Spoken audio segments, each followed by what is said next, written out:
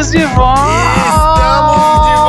mais do que nunca! Meu amigo Renato, trouxeram a gente de volta pra fazer a cabeça. Sucesso absoluto, meu amigo. O cachê agora é outro, né? Meu amigo. Agora você. Agora. Não, você virou um âncora. Você tá afundando. Boa noite e até amanhã. Como se precisasse de âncora, né?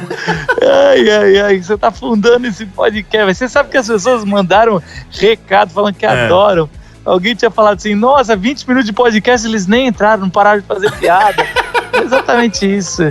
Eles querem só isso, querem só a zoeira. Ô, Renato, ia ser muito legal a gente fazer um podcast onde a gente apresenta um tema e a gente faz a nossa introdução e acaba quando a gente for entrar no tema, né? Depois de 15 minutos. Ia ser incrível. Então, o podcast de hoje a gente vai falar sobre isso, sei o que, a gente faz a nossa zoeira e acaba o podcast. É isso que é essa geração, mano. Eu vou te falar, é perigoso muita gente gostar disso ainda, hein? Pô, cara, a gente chama podcast introdução. É introdução. Porque assim, cara, sabe aquela turma que só sabe tocar a introdução no violão das músicas?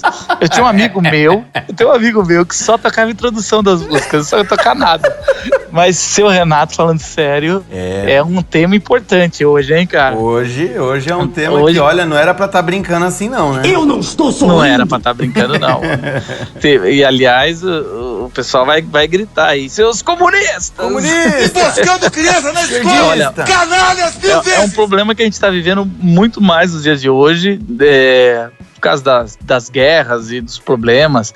Nós estamos com um país vizinho aqui, vivendo um problema tanto da esquerda quanto da direita, quanto países que não tem nem esquerda nem direita também vivem esses problemas, né? Que é o problema de refugiados de ditaduras, né, cara? Sim. E isso acontece sempre, né, cara? Sempre aconteceu e sempre vai acontecer. Eu passei na pele essa situação aí agora na Alemanha, né? Meu amigo, um mês. Você queria, né, cara, muito, né, ser um refugiado, mas... Mas é um problema sério. Inclusive, na Europa, eu acho que é um dos grandes problemas que as pessoas discutem. E é uma parada que daqui a um tempo pode dar problema, né? E o nosso convidado, que a gente fez uma sabatina, é super especial. Apresenta aí pra nossa galera. O padre Paolo Parisi, ele é diretor da ONG Missão Paz, que trabalha com refugiados aqui em São Paulo. Tem um trabalho muito legal, muito bonito. E ele falou várias coisas muito legais sobre refugiados, várias coisas que às vezes a gente nem imagina, né? Uma das melhores sabatinas que a Glocal teve. E olha que, cara, não só ele não é só uma referência aqui no Brasil, como uma referência fora. Sim. Ele estudou sobre isso e ele vai falar muito sobre teologia e refugiados, que ele estudou na Itália, teologia séria, né? Sim. Com os católicos, né? Algo muito bacana, é uma autoridade, e a gente chamou um time muito bacana também para entrevistá-lo, né? Para fazer perguntas, entre eles, político, foi o Carlos Bezerra, que trabalha muito nessa área de refugiados. A gente chamou uma refugiada que viu na pele a perseguição, quase morreu e hoje está no Brasil, e ela deu seu testemunho, mas também fez perguntas. Então, foi muito bacana a entrevista, e a gente quer convidar todo mundo para discutir esse assunto, ouvir a opinião do padre Paolo, e também tá com a gente aí, que foi algo bacana. Demoramos para botar esse podcast no ar, mas chegou, até que enfim chegou, sim, né? Sim, tava na gaveta aqui. Mas é isso, e hoje você sabia que hoje não tem recado, mano? O único recado que a gente tem é pro pessoal continuar divulgando o nosso podcast, cara, que não para de crescer. Isso tá super legal e a gente quer ouvir a sua opinião, cara, opinião cada vez mais, e tem sido muito legal o nosso podcast, que toda terça, parabéns, Renato, você tem sido fiel aí na entrega do podcast. Às vezes sai de manhã, às vezes sai à noite. Você sabe que tem gente reclamando.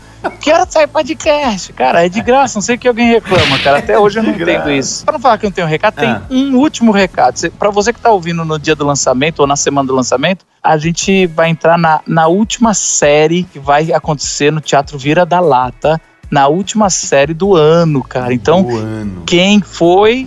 vai, quem não foi, não vai entendeu? A série Isso Muda Tudo, cara, Isso Muda Tudo. São 3 dos maiores TEDs que aconteceu. Sabe o que é TED? TED é Fala pra filme... uma pessoa que não tem a mínima ideia do que é o TED. Então, TED é aquele filme do ursinho mal educado. Não é? Eu não sei o que é a sigla TED. TED é aquele discurso de 17 minutos, né? Sim. Que acontece, que tudo pode ser falado em 17 minutos, diz a tese, né, do TED. E é verdade, e tem 3 TEDs muito fortes, que era o poder do porquê, ou tudo começa pelo porquê, o poder da vulnerabilidade, né, da Brené Brown, que é muito forte, e o poder da saúde mental, que também que faz a vida ficar mais longa. Você sabia que se você tiver boas amizades, você vive mais, e amizades tóxicas faz você morrer mais cedo? Nossa, você sabia disso? Não Por isso que eu tô parando com a Glocal, com alguns amigos. Eu tô parando de fazer amigo, mas não sei se é por isso, mas já tem algum tempo, viu? Senão eu vou morrer logo. Mas exatamente, esses 3 TEDs, mano, a gente vai discutir nessa última temporada. Então não perca. Teatro Vira da Lata, 8h30, toda terça-feira. As próximas 3 terças-feiras de agosto, depois não tem mais, mano. Não tem mais no Vira da Lata. Aproveita aí. É isso aí. E um bom podcast pra todo mundo, hein? Isso aí, falou. Está no ar. Cultura. Espiritualidade. Impacto social. Local Podcast.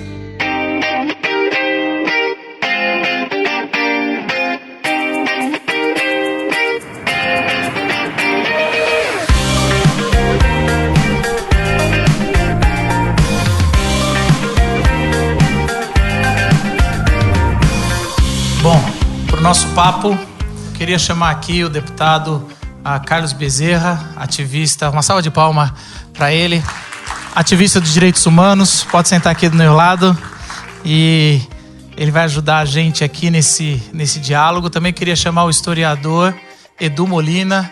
Chega aqui, Edu, uma salva de palmas para Edu, poder também estar com a gente. E também queria chamar o padre Paulo, uma salva de palmas para o padre, vem cá, querido.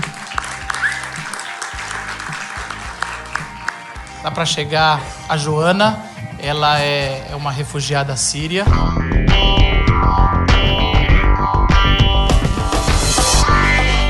Padre, tudo bem? Bem-vindo aqui.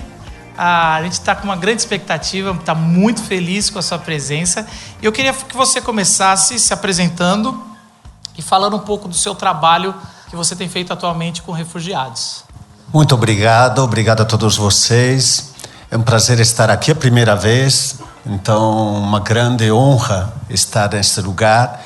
Pelo sotaque, já não precisa me apresentar muito, porque já dá para tentar adivinhar de qual canto da Itália sou.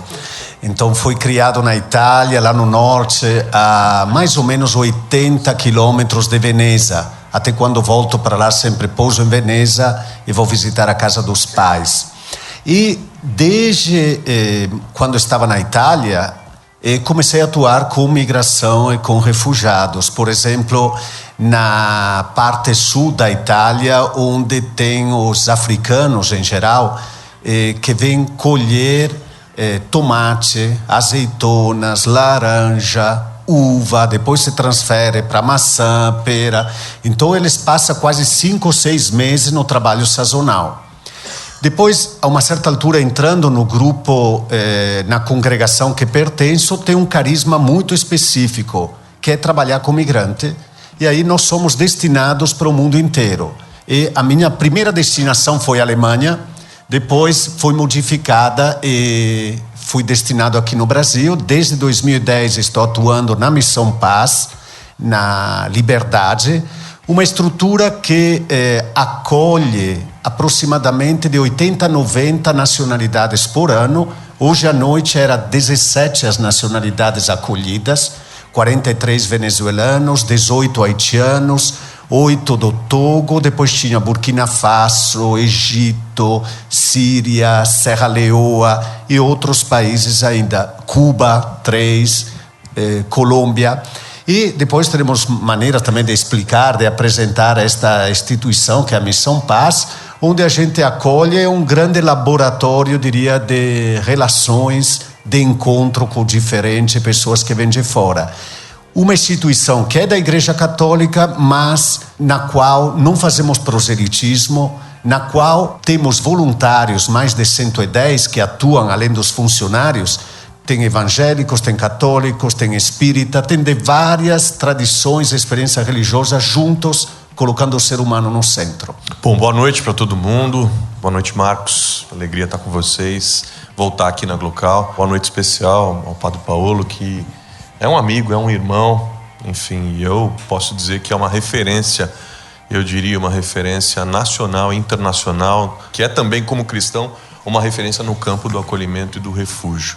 Eu conheço o trabalho da Missão Paz. Aliás, eu queria dizer para vocês que acho que é uma belíssima lição de casa para todo mundo que se interessa pelo tema, fazer uma visita na Missão Paz aqui no Glicério. Eu queria começar a nossa conversa fazendo uma pergunta. A gente vive tempos muito complexos, né? Tempos em que os debates foram substituídos por embates ou, quando não, por combates, né? Tudo vira muita polêmica, tudo precisa de muita divergência e tal. Me parece que aquilo que eu diria que era óbvio do Evangelho, ou seja, a necessária identificação dos cristãos com aqueles que sofrem, com aqueles que são excluídos, com aqueles que são esquecidos, por consequência, com aqueles que são migrantes e refugiados, parece que isso já não é mais consenso. Queria te perguntar, num ambiente de crescimento claro desses sentimentos de xenofobia, de rejeição ao outro, mesmo entre os cristãos, por que isso está acontecendo entre os cristãos? Por que esse sentimento de resistência ao imigrante e ao refugiado cresce mesmo entre cristãos no Brasil? Carlos, eu diria, é um fenômeno, infelizmente, mundial. O Brasil não é uma exceção. Se olhamos os dados, por exemplo, o Papa Francisco, desde que na Itália começou a pautar o tema da migração e do refúgio, ele perdeu 11% de consenso nos italianos. Ou seja, é um tema polêmico. Então imagina, esta figura tão solidária com este tema perdeu consenso. E aqui no Brasil, eu diria, entram dinâmicas populistas. Então quem tem cargos políticos utiliza como, normalmente, estas pessoas em situação de alta vulnerabilidade como pessoas que são a causa de tudo. De desemprego, de violência, de doença, etc. Falta de moradia, então é muito fácil simplificar. E depois, eu diria, estamos assistindo a pessoas que têm uma atitude fundamentalista em todas as áreas, inclusive no encontro com o outro. Recebemos mensagens nas redes sociais, pessoas que se dizem cristãs, às vezes que se dizem católicos, praticantes, mas que têm um ódio em relação a, por exemplo, este tema de imigrante e refugiado, que assusta. Parece que está até difícil dialogar, você tenta responder, tem uma pessoa lá que responde nas redes sociais, mas parece que o outro tem uma muralha, não quer ouvir. Então, diria, é um tema, infelizmente, extremamente atual. Talvez o ser humano, quando se encontra com o diferente, quanto mais diferente, mais fica um pouco inseguro. E numa época como a nossa, marcada por extrema insegurança, então isso faz com que a pessoa se feche e veja o outro como alguém que está em competição ou até como inimigo, que não deveria acontecer isso. Deveria ser uma oportunidade para me enriquecer, para trazer algo de novo. Então, é realmente uma conjuntura complicada esta.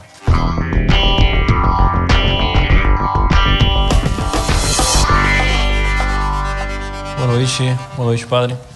O Brasil ele tem uma lei até mais flexível com relação aos refugiados do que na Europa, né? Permitindo, por exemplo, que eles sejam recebidos aqui e que eles tenham uma livre circulação.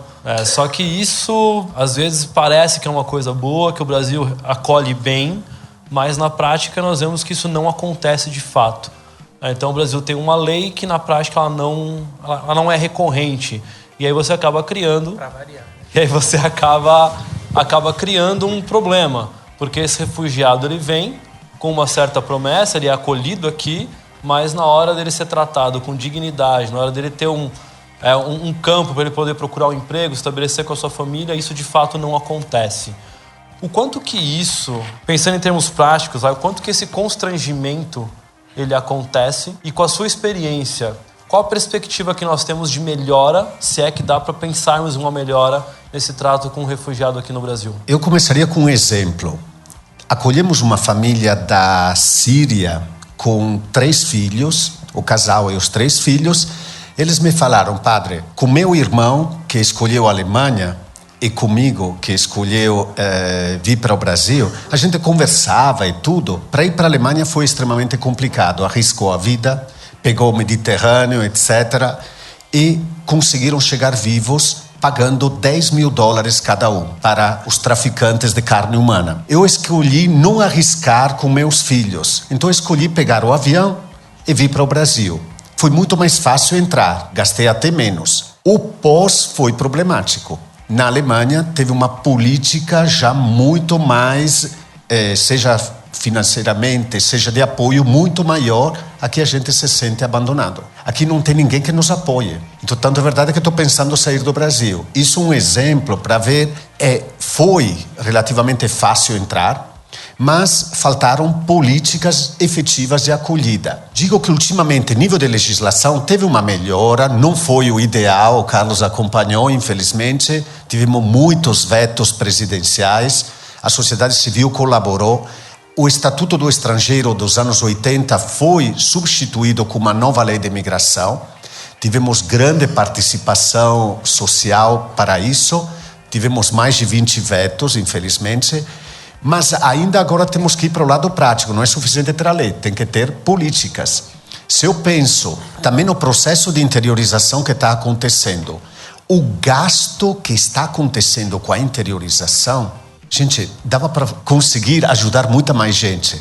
Quando chega lá na Missão Paz, por exemplo, 3 semanas atrás, primeira coisa, tem o avião da Força Aérea que chega em Guarulhos. Então tem que deslocar um avião. Segundo, de lá tem ônibus do Exército que chega até o Glicério. Tem 2 carros da CET que fecha a rua. Tem a Guarda Civil Metropolitana que chega um dia antes e sai um dia depois. E tem gente com metralhadora que desce em cenas de guerra. Todo este dinheiro você pagava a passagem, gastava 1/10, a pessoa vinha, alguém da instituição ia pegá-lo. Então é uma cena hollywoodiana quase, que não dá muito resultado. Toda a máquina para trazê-los de Roraima, os venezuelanos, fez bem lembrar, até São Paulo. Mas isso é burocracia ou é uma mídia, assim, querer mostrar um... Foi porque a operação está nas mãos do Exército. Já isso, tem muitos ativistas que dizem não é questão de Exército lidar com migração. O Exército tem outra função. Já aí é outro parêntese. A desculpa foi que o Exército está organizado, então ele consegue executar bem as ordens, em nível de gestão, de transferência. Mas, claro, deixa perplexos. Então, voltando ao tema, eu diria, estamos assistindo a uma lei que melhorou, mas as políticas ainda engatinhando, sofrendo, tem dificuldade de se realizar. Por exemplo, este famoso protocolo que a sociedade está pedindo para substituí-lo há décadas, continua sendo efetivo. Um documento que ninguém reconhece. Ainda hoje tem dificuldade de abrir uma conta, alugar uma casa, porque olha, mas isso não é documento. Eu diria, o tema da política migratória em todos os níveis é fundamental.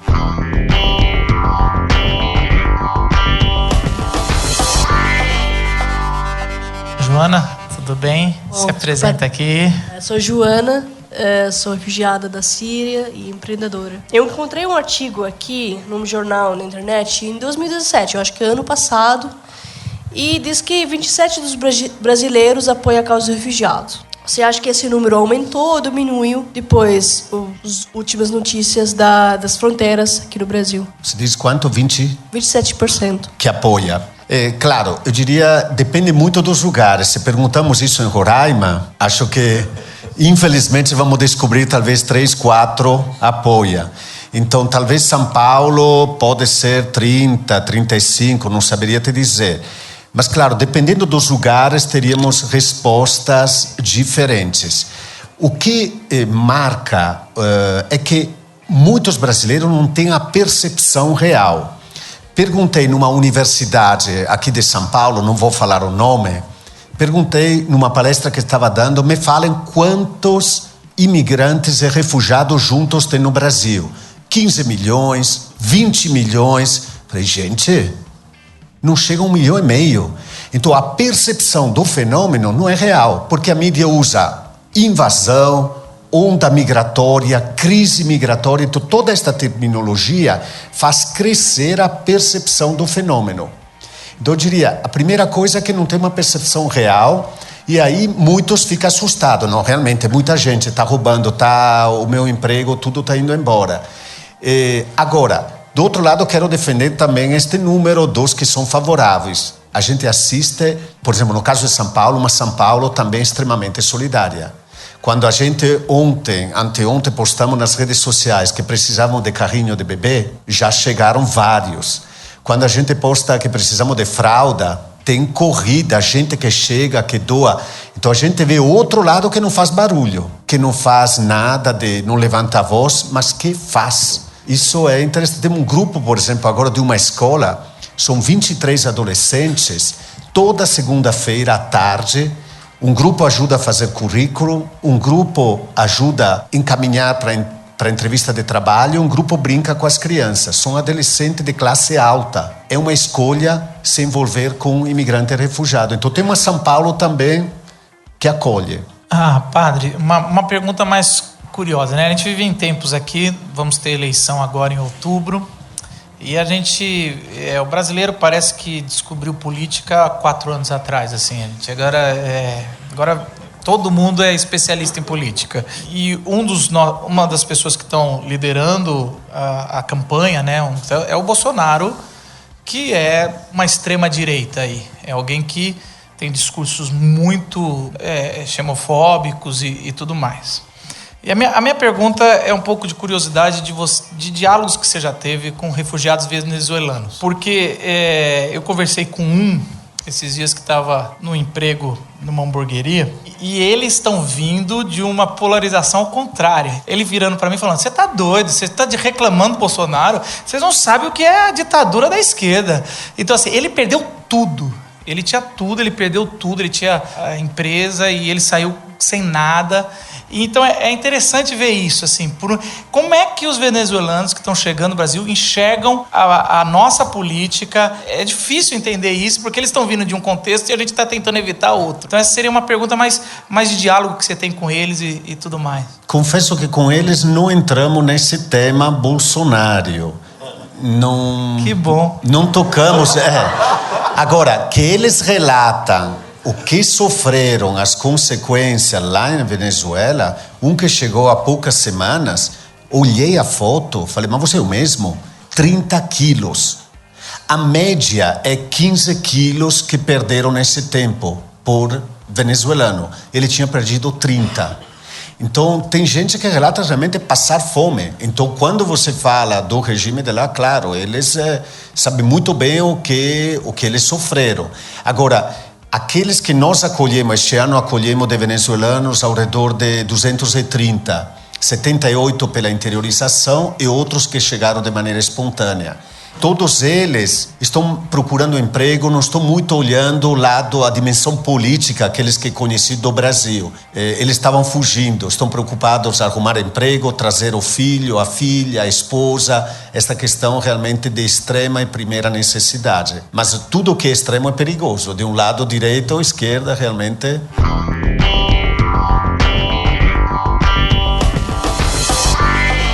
Tem uma coisa que para mim é recorrente, que tem acontecido. Bom, você sabe, eu estive lá agora no começo do ano, lá em Roraima. Nós fizemos ano passado, a gente vem fazendo vários alertas, vem fazendo audiências e tal, falando sobre o que está vindo, assim, que essa crise humanitária da Venezuela, país fronteiriço nosso, tende a piorar. Já entraram no Brasil aproximadamente 40 mil venezuelanos. O mundo olha e fala assim, meu Deus, 40 mil? Pois é, nós somos mais de 200 milhões de habitantes. Agora, quando a gente compara, a Colômbia, 500 mil. O Chile, 200 mil. O Panamá, 180. E por aí vai. Eu queria te perguntar 2 coisas. A primeira é a seguinte. Entraram 40 mil pessoas. O que a gente vê em Roraima, de fato, é a possibilidade do colapso do sistema público de saúde, que as pessoas estão todas lá, é uma situação de improviso e tal.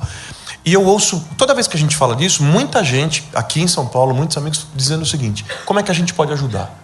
Como é que as pessoas podem ajudar? E o que é que o poder público tem que fazer diante de uma crise como essa? É bom, Carlos, lembrar sempre os números, como você falou, porque às vezes se utiliza outro número. Entraram 110 mil. Aí você pergunta, mas quantos ficaram? Metade, nem metade, o número diminui. Então, precisa ver também como se apresenta a notícia realmente. O último número que tive à disposição, 2.300.000 saíram da Venezuela nos últimos 2 anos. Então, de 2.300.000, 40, vamos colocar 50 mil no Brasil, é uma percentagem muito pequena. Meus colegas na casa que temos de acolhida em Santiago, no Chile, tivemos que abrir mais uma, passaram só ano passado 10 mil na nossa estrutura. Então, realmente, o Brasil, podemos dizer, não é a meta principal, preferida para os venezuelanos. Para a questão linguística, é muito mais fácil. Você vai num país de idioma espanhol, então, até, vamos dizer, o Chile fez uma jogada, não precisa nem comentar, barrou os haitianos, porque são negros, e favoreceu os venezuelanos, que em geral são brancos. São escolhas políticas que não vamos nem comentar. E agora, o que fazer? Primeira coisa, realmente, quando o número aumentou a tal ponto, Pacaraima, Boa Vista, tem que ter uma intervenção no sentido de ajuda federal e não deixar o Estado abandonado ou os 2 partidos lá que estão em luta brigando entre eles para tentando ganhar votos um contra outro. Então, precisa de uma decisão federal, uma política planejada realmente para amenizar a pressão em Roraima. Isso é fundamental. O que nós podemos fazer, volto a um exemplo muito concreto. Uma pessoa estava lá na igreja, termina a missa, nunca tinha visto, me aparece lá, padre, eu gostaria de ajudar uma família venezuelana. Até fiquei lá, falei, será? Qual é a intenção? Aí falou, vem durante a semana, a gente conversa. Aí eu quero pagar por 6 meses o aluguel para uma família. Aí colocamos, acompanhamos, foi pagar o aluguel. Ele falou, eu me assumo o compromisso 6 meses e ajudo a arrumar um emprego para ele. Ele está trabalhando já 1 semana e meia, assim. A filha pequenininha está com a mãe na nova casa, então eles estão recomeçando a vida. Tem muitos gestos, realmente. Tem agora uma entidade da sociedade civil, uma ONG, que transfere famílias que acolhem pelo Brasil. Não é o programa do governo, iniciativa de pessoas que se juntaram. Então, tem iniciativas também no Brasil fazer isso, acolher. Agora tivemos uma igreja batista que acolheu um bom número em Guarulhos. Então, é bonito ver as igrejas cristãs atuando para acolher. Acho que neste momento as igrejas estão tendo um bom protagonismo. Deixa eu fazer uma pergunta antes de passar para você. E aí eu acho que você levantou uma das minhas perguntas que eu me propus, qual o papel da igreja, assim, principalmente, e agora eu não estou perguntando para o ativista de direitos humanos, eu estou perguntando para o teólogo, mesmo a gente tendo estruturas diferentes de igreja, né, católico, protestante, mas a fonte é a mesma, é a Bíblia, é o nosso Senhor Jesus Cristo. E aí, essa é a pergunta, eu queria que você falasse o papel da igreja que foi instituída por Jesus quanto aos refugiados, ou do templo no Antigo, no Testamento, e da igreja no Novo. E uma segunda, e fazer um paralelo com a igreja de hoje. Pode ser a católica, pode ser a protestante, mas o que está de discrepante da proposta original com o que a gente está vendo hoje? Você me dá 30 horas. Não, brinco com 30 horas porque um curso que dou em Roma, na Universidade Urbaniana, nesta área, é um curso que no Brasil não acontece ainda, muito desenvolvido nos Estados Unidos e na Europa, se chama Teologia das Migrações. Como as igrejas cristãs, várias denominações, estão trabalhando com este tema. Então, se passa desde o Antigo, o Novo Testamento, análise teológicas, é fantástico, um mundo extremamente interessante. Eu diria, uma vez no Senado falei isso, comecei falando, gente, você sabe que tem um mandamento que não faz parte dos 10, que é citado mais de 30 vezes nos primeiros livros da Bíblia. Lembra-te que foste estrangeiro no Egito. Não explorarás o estrangeiro que veio morar no teu território. Mais de 30 vezes. Então, Isso quer dizer, só começar uma frase, a primeira que me lembrei agora, que aparece no Deuteronômio e aí nos primeiros livros. Mas lembramos a tríade também, de respeitar o órfão, a viúva e o estrangeiro. E aí podemos percorrer a história de Israel a partir da ótica das migrações. No Egito, e a saída do Egito, na Babilônia e a volta para a sua terra, é uma história de migração. É um Deus da tenda que se revela.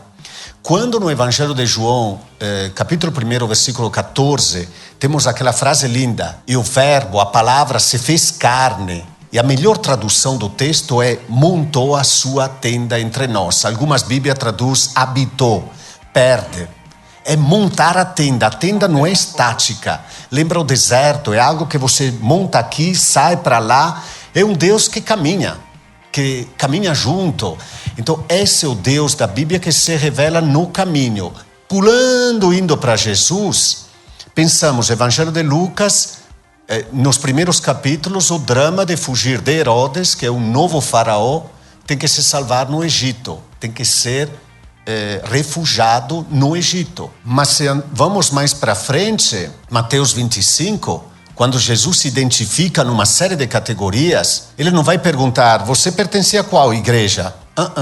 Ele pergunta, tinha fome, sede, estava nu, era prisioneiro, preso, era forasteiro, era estrangeiro. Você fez ou não fez? Não pergunta a pertença da igreja. Eu diria, pode ter um ateu que fez sem saber e com certeza está contemplado na vida com Deus. Com certeza, não tenho dúvida. E muitos cristãos que não perceberam a presença do próprio Cristo, que se identifica nessas categorias, que ele vai dizer, não conheço vocês. Então, recuperei rapidamente esta tradição Antigo e Novo Testamento para fazer ver que existe realmente páginas de migração, página de refúgio. Hoje em dia, a grande tentação, às vezes, é de criar uma religião que foge da realidade, que são ilhas, bolhas de sabão, no máximo para criar um bem-estar, quase de autoajuda. Nada contra autoajuda. Acho que é para escrever muito livro de autoajuda, mas autoajuda não é relação. Não é relação. Religião é relação. É relação com outro por excelência, é outro que somos nós. Então percebo que hoje em dia, na minha igreja católica, se cria uma série de bolhas, onde se esquece da realidade. E outro é visto como alguém... É só na católica. Até parece. Mas é então, isso mesmo, sim. Essas bolhas. E a gente vai fugindo da realidade, querendo aprender a morar no céu, sendo que a gente nem aprendeu a morar aqui na terra. E o mais legal talvez é escatologicamente, quando ele migrar para cá. E a gente falava, mas nos ensinaram a vida toda que a gente ia para lá. E aí ele falou, não, e Apocalipse fala, fui habitar junto com o meu povo. O futuro se decide no presente, não tem... Já agora podemos criar relações plenas em vista do futuro, sem fugir do presente.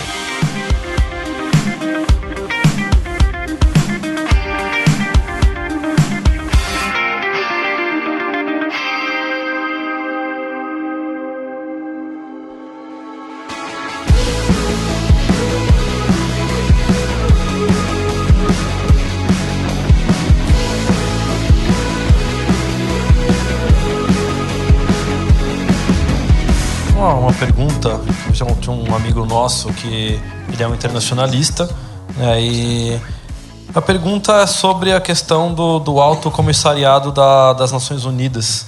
Qual que é o trabalho que ele tem e como esse trabalho ele acaba acontecendo aqui no Brasil e no mundo? No Brasil é conhecido com a sigla ACNUR. Isso. Então realmente tem sede em Brasília, tem uma sede também aqui em São Paulo, tinha no Rio, saíram, mas tem em Roraima e também Manaus. O Alto Comissariado das Nações Unidas para Refugiados, então o foco principal é refúgio. Então não aquela migração que às vezes definimos como migração econômica, apesar que também esta distinção são sempre distinções muito feitas de maneira intelectual. Porque quando eu escuto a pessoa que me fala que não tem comida para ele e para seus filhos, é migração forçada, claro, não tem motivo de guerra, de perseguição, ampla e generalizada violação dos direitos humanos. Agora, então o ACNUR nasce depois do grande drama da Segunda Guerra Mundial com o objetivo de trabalhar com refugiados, solicitantes de refúgio. No caso do Brasil, englobou também os venezuelanos, independentemente da decisão do Brasil considerá-los ou não refugiados. Ainda o órgão do Ministério da Justiça, chamado CONARE, não se pronunciou. Tem milhares esperando. Ainda não temos uma resposta. Então, eles incluíram. E o Acnur, então, faz parcerias com sociedade civil, por exemplo, com Caritas, com Missão Paz, outros órgãos, Migraflix, etc., para atuar com os refugiados. Inclusive, eles têm uma pessoa que participa também em Brasília, do CONARE, para definir se a pessoa entra no quadro de refugiados ou não. Então, é um órgão ligado às Nações Unidas.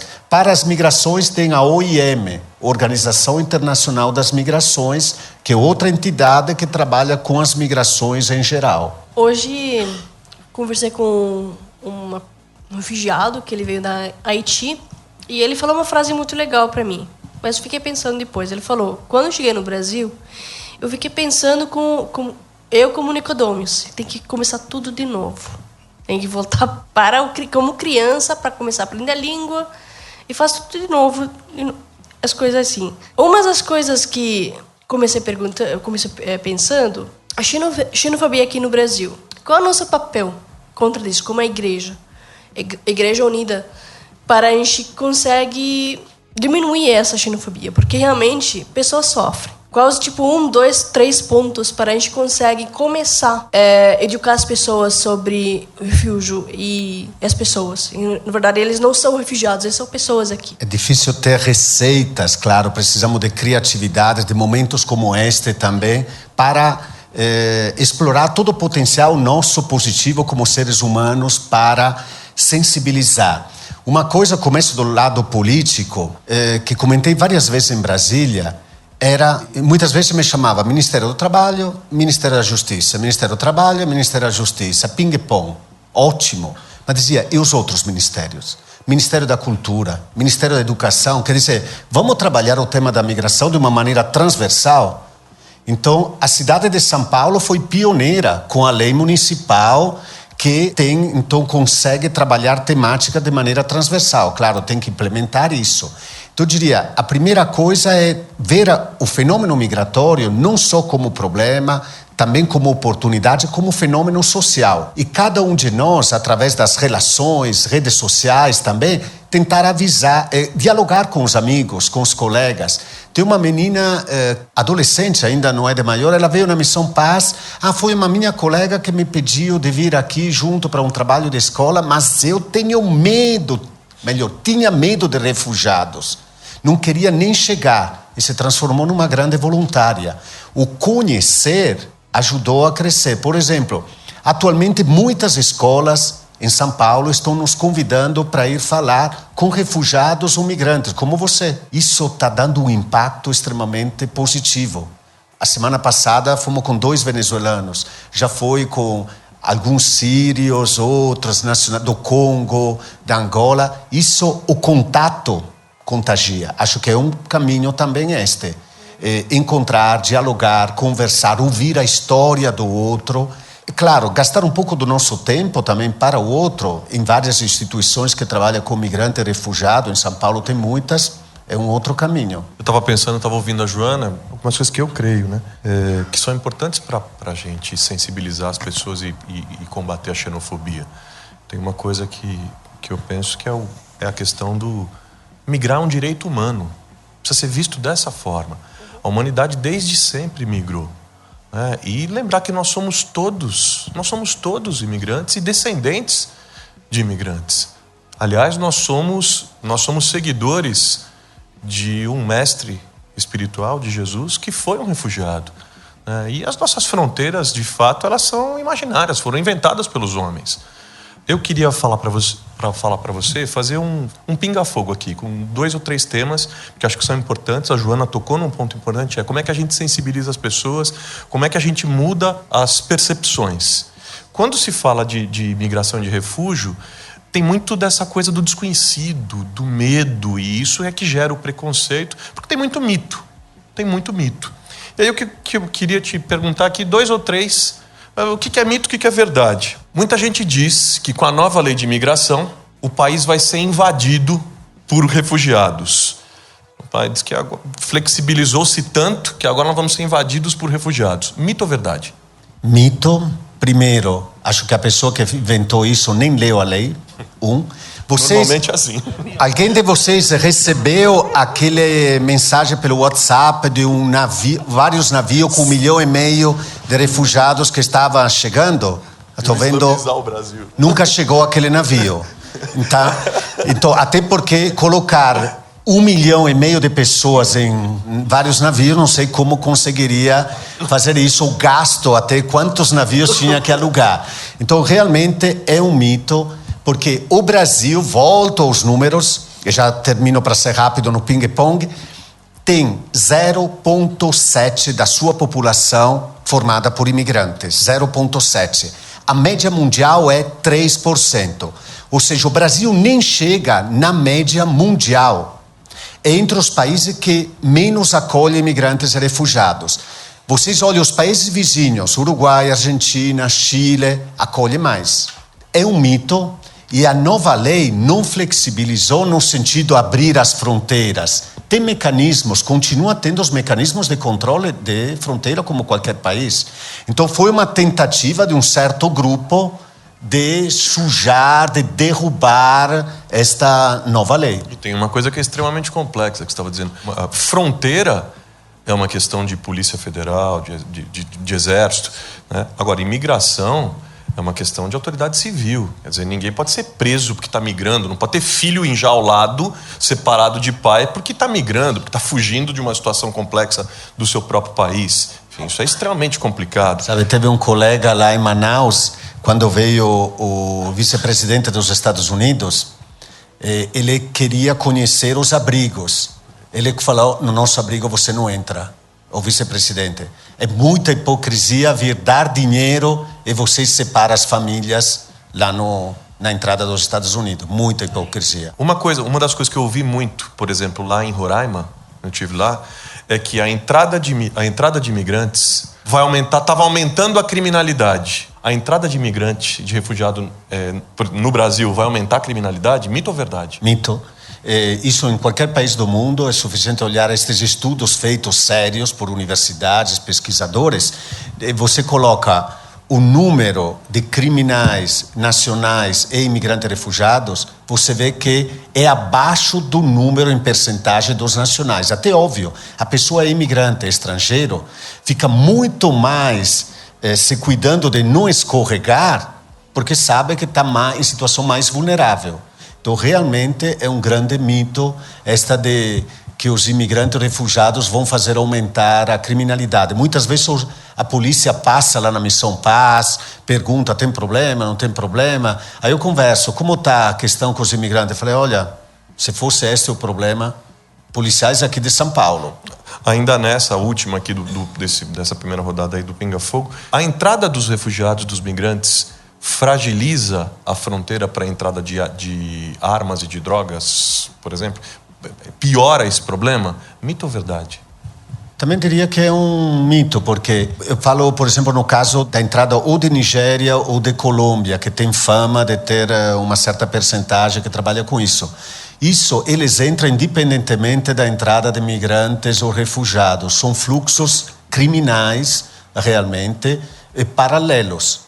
Às vezes pode até se confundir, mas são grupos, por exemplo, a ligação entre, não sei, o PCC e a presença de alguns grupos colombianos. Isso funciona sem a migração. Já se criou este vínculo entre Colômbia e São Paulo para trazer armas e drogas.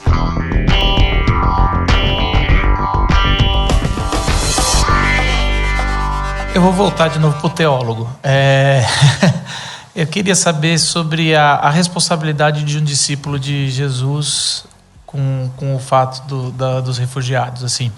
E eu queria, de forma prática, você tem recebido muita gente lá, mas assim, eu queria saber dois movimentos. Então, estou falando daquele que quer imitar Jesus Então o padrão é Jesus. Aí no nosso dia a dia, que alguns podem falar, mas eu não passei por nenhum refugiado, eu quase não vejo. Então no nosso dia a dia há alguma coisa para mudar os nossos hábitos, para que a gente mude a realidade ou a gente mude o nosso olhar e também já pensando com esses números, esclarecendo isso, aí já no movimento de solidariedade, no movimento já de voluntariado, como é que a gente poderia fazer? Começo pela segunda.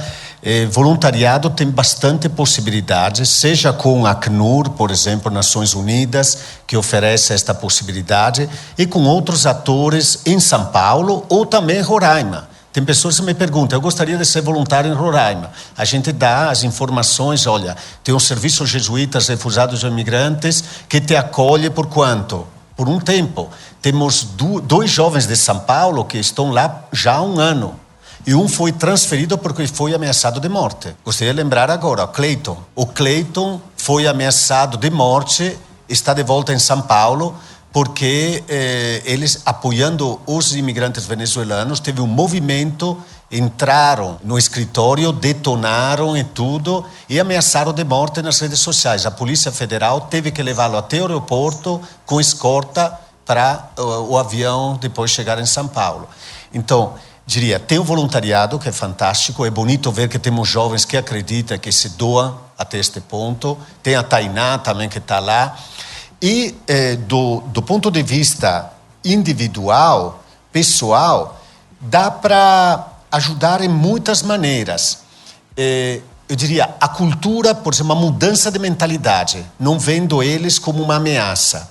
Tentando influenciar as relações, às vezes o pai, uma irmã, um parente, um amigo, no momento de lazer, vamos pensar, vamos falar com propriedade, não vamos chutar, acho desta maneira. E, às vezes também, por que não? Ver na cidade onde tem eventos ligados a migrantes e refugiados, tem um monte, estão surgindo sempre mais, inclusive na virada cultural, para ter contato com eles. E se tem a possibilidade também, às vezes, de assumir alguma coisa no sentido, vou ajudar a arrumar uma casa, que é o grande problema atual. Por exemplo, a moradia. Conheço gente que tem bastante casas vazias. Vamos tentar ir até eles para oferecer, para simplificar, sem precisar de fiador, disso, daquilo. Tem muitas maneiras. Acho que a nossa criatividade pode ajudar bastante. E também, se encontramos situações de exploração, denunciamos. Por que não? Temos que denunciar.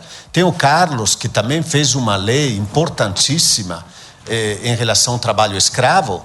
Vejo alguém que está em situação de trabalho escravo, denuncio. Tivemos uma família venezuelana, foi trazida de Roraima para um bairro de São Paulo, numa oficina de costura, reduzido homem, mulher, 3 crianças em situação análoga à escrava.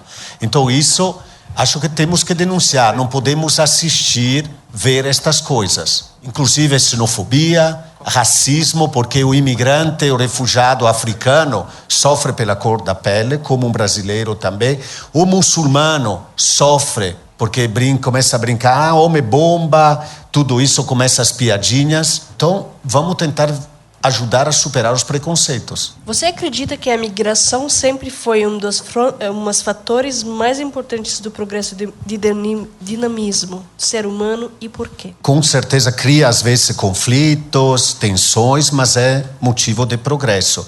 Penso quando estudava quando criança, a história do Império Romano, por exemplo, aquelas migrações que chegavam de fora eram chamadas de bárbaros.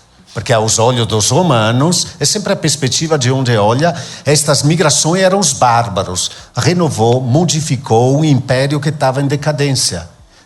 Começou a dar um rosto, uma nova Europa, uma nova Itália.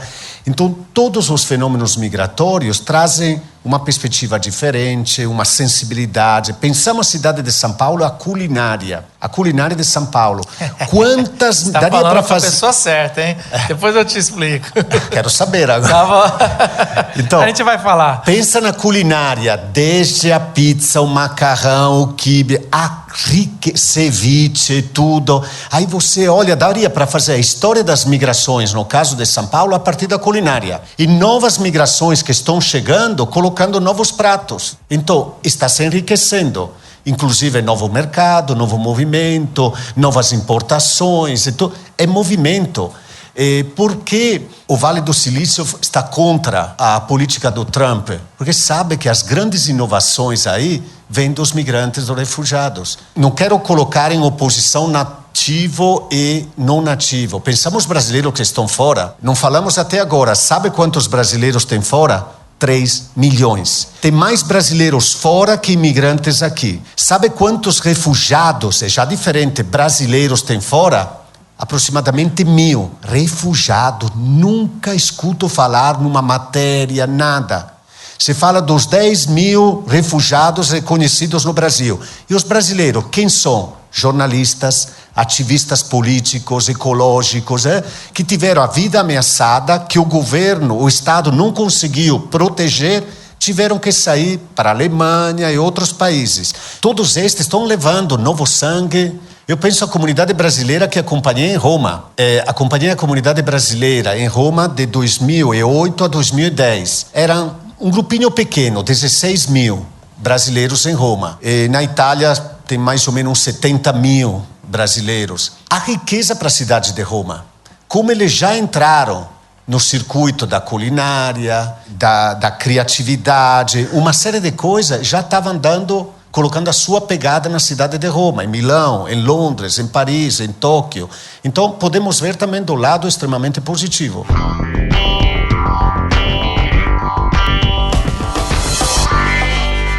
Boa noite, padre. Eu queria perguntar, é uma opinião, queria perguntar a sua opinião sobre isso. Primeiro, o movimento que a gente está vendo no mundo em prol de um apoio, de uma recuperação de um extremismo mais conservador à direita, digamos assim, que a gente está vendo em vários lugares do mundo e que acaba causando um impacto bem mais protecionista. Eu vou proteger a minha terra, o meu povo, a minha religião e outras coisas. Eu gostaria de perguntar, primeiro, se você tem alguma opinião de por que isso está acontecendo agora no mundo todo, especialmente porque você teve bastante experiência fora em vários países, em alguns países do mundo. Você deve ter uma visão bem mais saudável sobre tudo isso em termos de dados. Com quem você deve ter conversado, se você deve ter experiência de ter conversado com pessoas que se enquadrariam dentro de um comportamento xenofóbico, e do que você percebe de por que elas têm esse comportamento. Qual seria a sua opinião sobre esse tipo de coisa que sai do coração das pessoas e muitas vezes a gente não consegue explicar por quê? Começo te respondendo com o fenômeno na Europa, como a extrema-direita foi avançando, inclusive na Itália. Partidos tipo Lega Nord, um Salvini da vida, que depois se alia com 5 Stelle, todos estes fenômenos que estamos assistindo. Talvez, imagino que as explicações são sempre complexas. Uma é jogar a culpa do momento de crise no refugiado. Então isso atrai, todo o medo te dá votos. Todas estas campanhas na Áustria, na Alemanha, são na base do culpado e do medo. Eles são a culpa do que não está funcionando. Então, também aqui acho que vamos chegar nessa. Então, se joga a culpa, se coloca o medo neles e ganha votos. Então, são, diria, linhas populistas, muito que funcionam, infelizmente. Do outro lado, as pessoas xenófobas, conversando com algumas, parece que esquece a história. Aconteceu com algumas que olhei o sobrenome e falei, mas escuta, teu sobrenome de onde vem?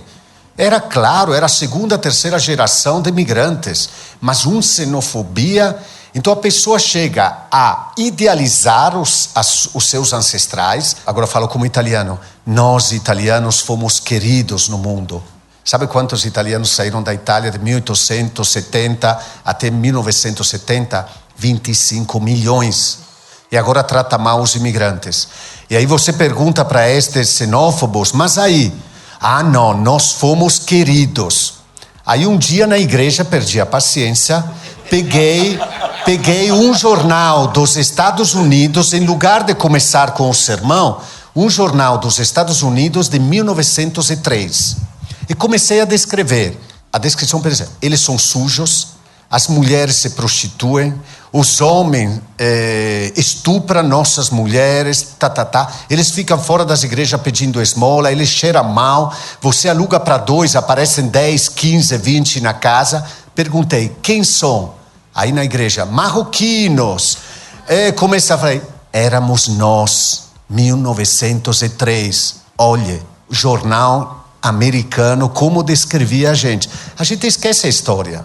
A gente idealiza. Então nós, alemães, poloneses, espanhóis, portugueses, japoneses, infelizmente se perde. Um outro elemento é que parece que perdemos a questão que eu chamaria de dívida histórica, não sei se é a melhor expressão. Olhamos, por exemplo, o caso da Europa, que consequência foi a colonização para os países da África. E agora tenta barrar a África, que antes que chegue no Mediterrâneo, tenta fazer na Líbia, os vários, inclusive apoiando economicamente grupos, governos ditatoriais, sem nenhuma piedade.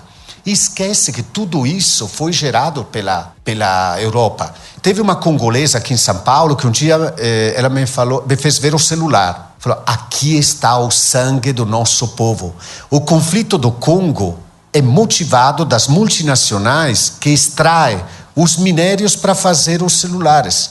80% da produção mundial vem do Congo, República Democrática do Congo. Então é um conflito alimentado com interesses internacionais e todo mundo esquece, todo mundo temos o celular, todo mundo temos. E quando chegam os congoleses aqui, o que veio fazer no Brasil?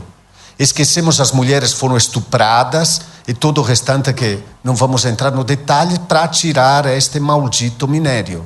Que vai para a Bélgica, vai para lá, para todas as grandes marcas dos celulares. Então realmente esquecemos desta interconexão das causas de hoje em dia e olhamos para o nosso umbigo.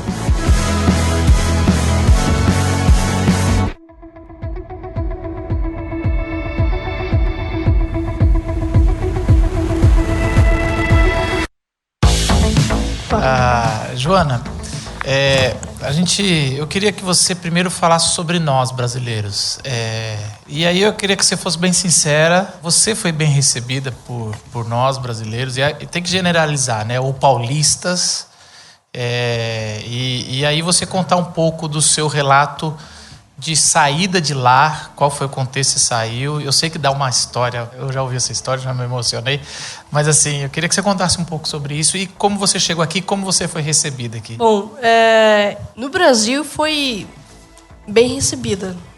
Eu acho que Deus preparou pessoas para me receber porque eu estava faltando, estava na minha vida inteira, até chegada no Brasil, a igreja não me recebeu.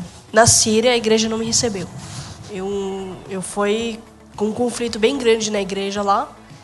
E quando cheguei no Brasil, Deus falou para mim, véi, eu vou te mostrar como que as pessoas que você odeia mais vai te receber do melhor jeito.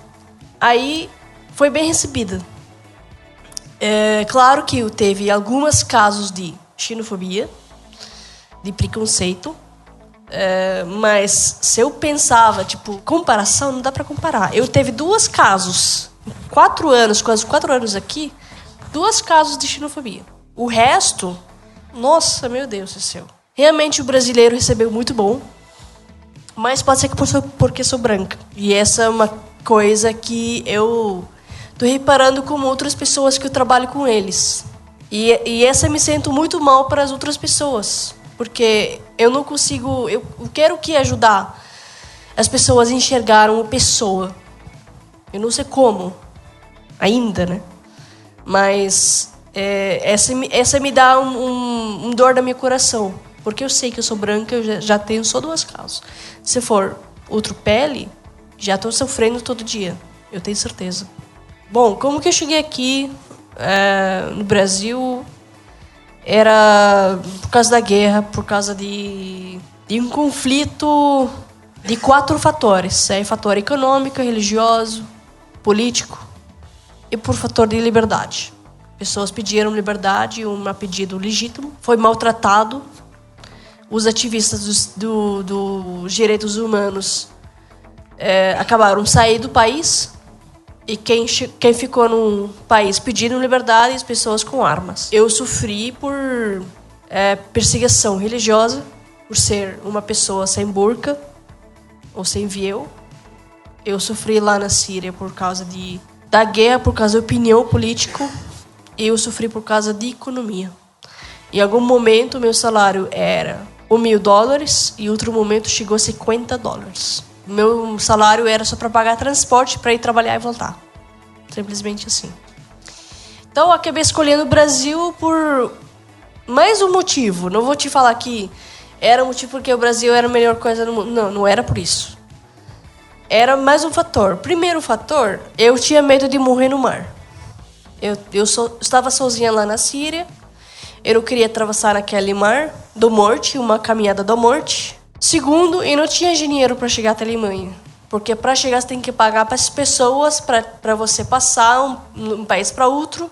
Cada passagem deu $1.000. Eu não tinha esse dinheiro para pagar. Terceiro, eu sofri de uma choque cultural nos Estados Unidos. Por ser meia parece que eu mexicana, que eu não sou tão branca.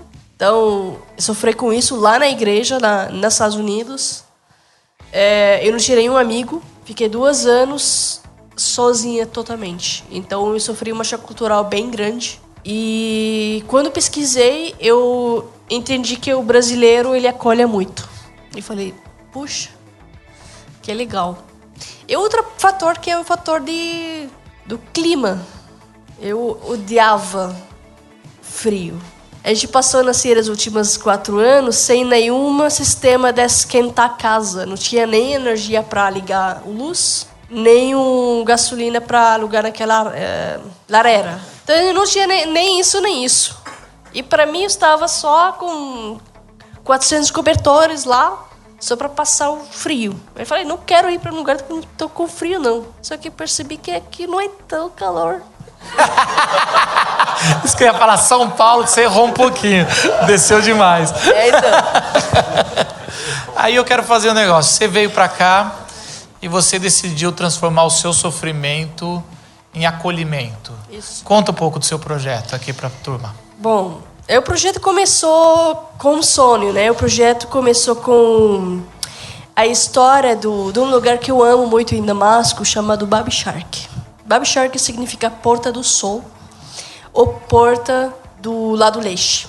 E essa porta é a mesma porta que o apóstolo Paulo saiu de Damasco. Ele saiu por uma cesta, e essa porta existia um negócio muito legal. Ela tem uma igreja católica de um lado, uma mesquita do outro lado. E ela conecta os dois. Então Deus falou para mim que às vezes a gente tem que conectar pessoas. A gente não precisa fazer mais do que isso. Então comecei esse projeto 2 anos atrás e virou um aplicativo em um momento e agora ele é um restaurante compartilhado com refugiados e imigrantes. Por enquanto, ele é um projeto que ele vai encerrar em outubro, que toda sexta-feira tem uma família diferente de um país diferente. Então, você vai lá, essa sexta vai ter comida congolesa, semana depois tem uma síria, depois tem uma iraquiana, depois... Então, toda sexta-feira você pega alguma família refugiada e eles vão cozinhar para nesse restaurante. Isso.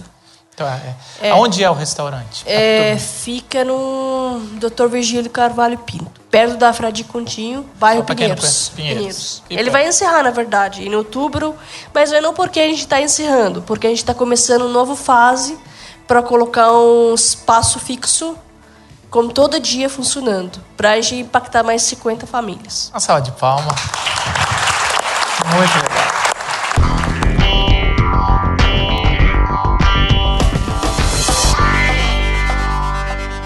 Agora é o ping-pong mais rápido, tá bom? Perguntas um pouquinho mais pessoais. Um livro de cabeceira. A palavra de Deus. Um filme que mexeu com suas entranhas. Éxodos, de onde eu vi não existe mais. Uma personagem histórica. Fiquei parado na personagem histórica. Queria dizer a mulher sírio-fenícia, mas depois posso explicar. Mulher sírio-fenícia. Explique. Não, porque achei fantástico o encontro que Jesus tem com uma mulher estrangeira e ele com a mentalidade judaica, porque temos que não era mágica, ele pensa como judeus, então ele não quer fazer o milagre. E esta mulher ensina para Jesus que o Deus também é o Deus deles também, daqueles que são pagãos. Então Jesus aprende com uma mulher estrangeira. Tem uma revolução realmente muito grande. Uma frase. Se o grão de trigo que cai na terra não morre, não produz frutos. Um lugar em São Paulo. A hospedaria do imigrante, no Bresser. Um lugar no mundo. O planeta inteiro eu gosto. O planeta.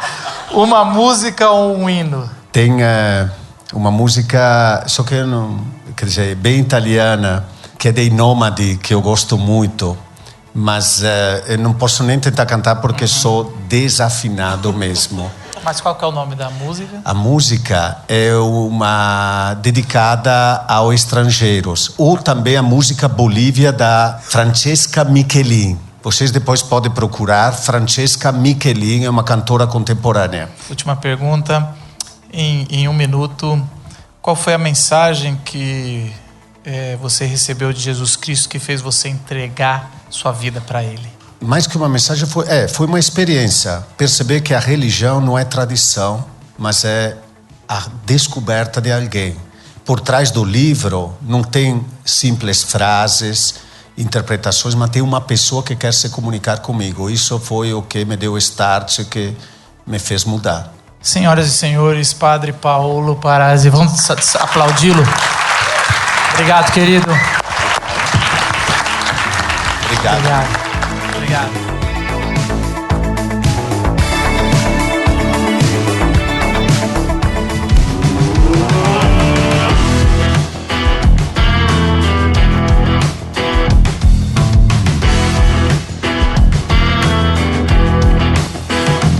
Local Podcast.